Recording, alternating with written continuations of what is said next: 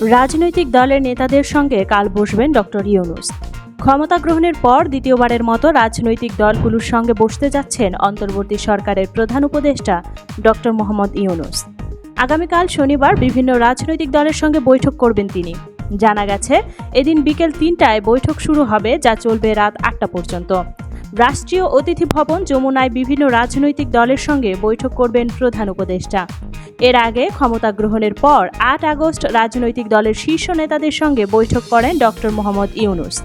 এদিন তার সঙ্গে বিএনপি, জামায়াতে ইসলামী সহ বিভিন্ন রাজনৈতিক দলের শীর্ষ নেতারা সাক্ষাৎ করেন।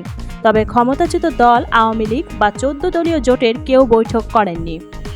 এর আগে গতকাল বৃহস্পতিবার উপদেষ্টা পরিষদের এক বৈঠক শেষে বন, পরিবেশ ও জলবায়ু উপদেষ্টা সৈয়দা রিজওয়ানা হাসান জানান, রাজনৈতিক দলগুলোর সঙ্গে সরকার আলাপ আলোচনা প্রক্রিয়া চালু রাখবে। তারা যেসব সংস্কার প্রস্তাব দেবে তার সরকার গ্রহণ করবে।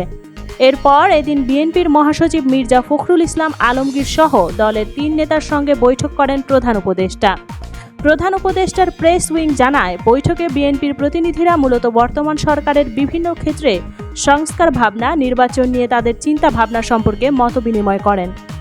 তারা বলেছেন, এই সরকারের গৃহীত পদক্ষেপগুলোর ব্যাপারে তাদের পূর্ণ সমর্থন আছে, ভবিষ্যতেও এই সমর্থন থাকবে। বর্তমান সরকারের পক্ষ থেকে যেন যত তাড়াতাড়ি সম্ভব সংস্কার এবং নির্বাচন প্রসঙ্গে রাজনৈতিক দলগুলোর সঙ্গে ব্যাপক ভিত্তিক সংলাপ শুরুর ঘোষণা দেওয়া হয়, সে ব্যাপারে তারা অনুরোধ করেন।